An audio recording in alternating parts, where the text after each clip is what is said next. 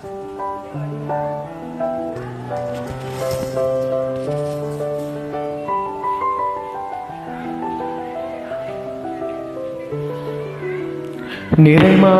நிலவே வாவா, நடைபாடு மெதுவா மெதுவா, அழகே உன் பாடு அறிவே நம்மா. மசக்கைகள் மயக்கம் கொண்டு மடிசாயும் வாழை தண்டு, சுமையல்ல பாரம் சுகந்தான் அம்மா.